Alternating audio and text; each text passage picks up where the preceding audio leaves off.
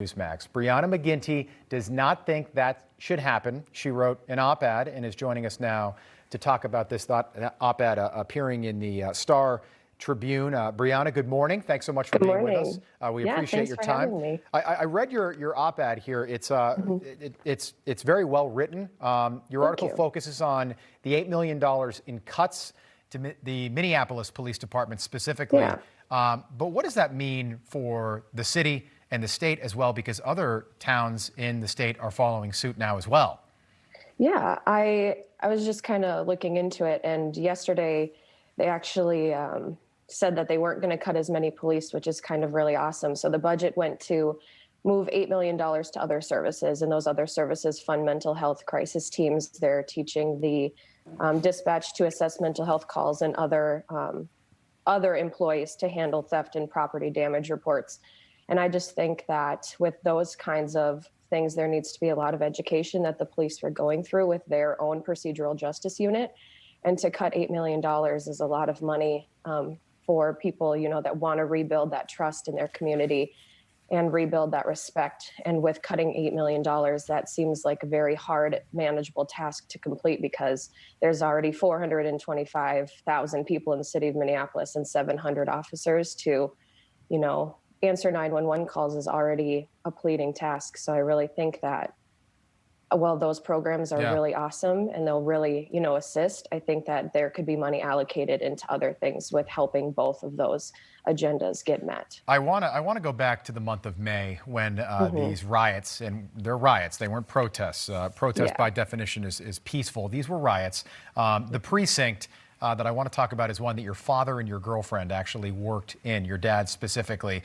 This is the precinct that made headlines nationwide, really worldwide. It was, it was burned. It was the windows were broken, and it was taken over. You talk about a text message that you got from your dad the night that was happening. Your dad said, "quote, people are trying to take the precinct." And you talk about how your heart just sank. Take us through that experience. It was a crazy week, and all during the week I had been going over to my parents' house, which isn't too far away, and just kind of sitting with my mom and wondering, what's happening. They're both out there, they're both in the building, and I remember getting a FaceTime call from my dad because we hadn't heard from him all day, and he's like, "Hey, outside it's not good. People are trying to get in. There's being bowling balls trying to be thrusted through the front door.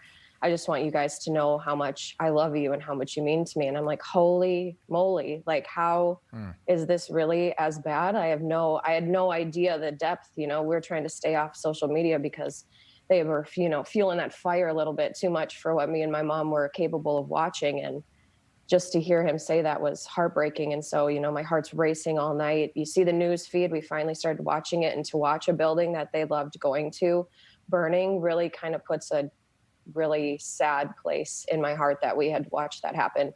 And then afterwards they had to tone the third precinct falling out to everyone. It tones out as on their, the feed outside, and just knowing how much that devastation felt, and, listening to my dad and my girlfriend share that, hearing them tone that out was one of the most devastating things that they've ever heard. I can only imagine. And I know your dad and girlfriend are okay. It's fascinating to me on a personal level how quickly the zeitgeist in this country can shift. If you go back to the beginning of 2020, pre-pandemic, months like January and February, and then when we first started learning about the coronavirus and it first hit our shores, we were applauding the police nationwide. They were frontline workers. They were heroes and champions in many communities. After George Floyd, that shifted quickly. We had a summer of riots, violence, and death. What is the morale like, particularly with the Minneapolis Police Department? I think that right now they're really trying to rebuild community trust and community respect.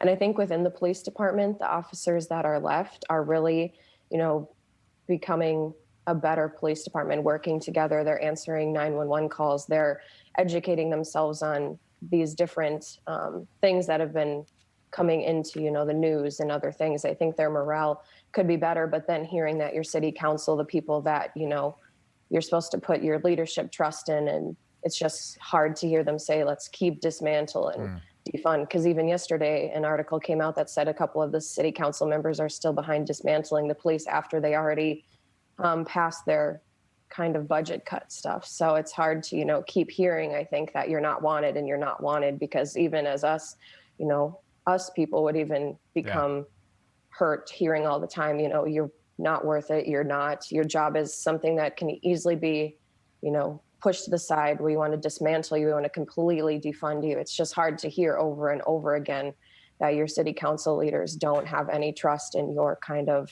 leadership that you're putting in. It's terrible. And blue lives certainly do matter. One of the final things you say in your op-ed is that hundreds of officers who are nothing like the negative image that has developed over the last several months. How do we change this, and where do we go from here? I think that it just starts with building that gap and just to keep communicating with each other, keeping lines of communication open, not only from the rank and file, but from the community, and starting within, I think the rank and file that are here fully, understand that Arredondo has a lot to do and there's a lot going forward. But, from the rank and file, just building that morale back up, and then rebuilding community trust and community engagement pieces are going to be really key, because you do need to rebuild as a community to move forward. Brianna McGinty, thank you so much for joining us this morning. Yes, you can find her piece, this wonderful piece, in the Star Tribune. Brianna, thank you. Yes, thank you. Newsmax TV is now America's fastest growing cable news channel. We give you the real news you need. So subscribe to our YouTube channel and give us a thumbs up. If you like this video, share it with your friends. Newsmax TV streams live on YouTube for free. Newsmax TV, real news for real people.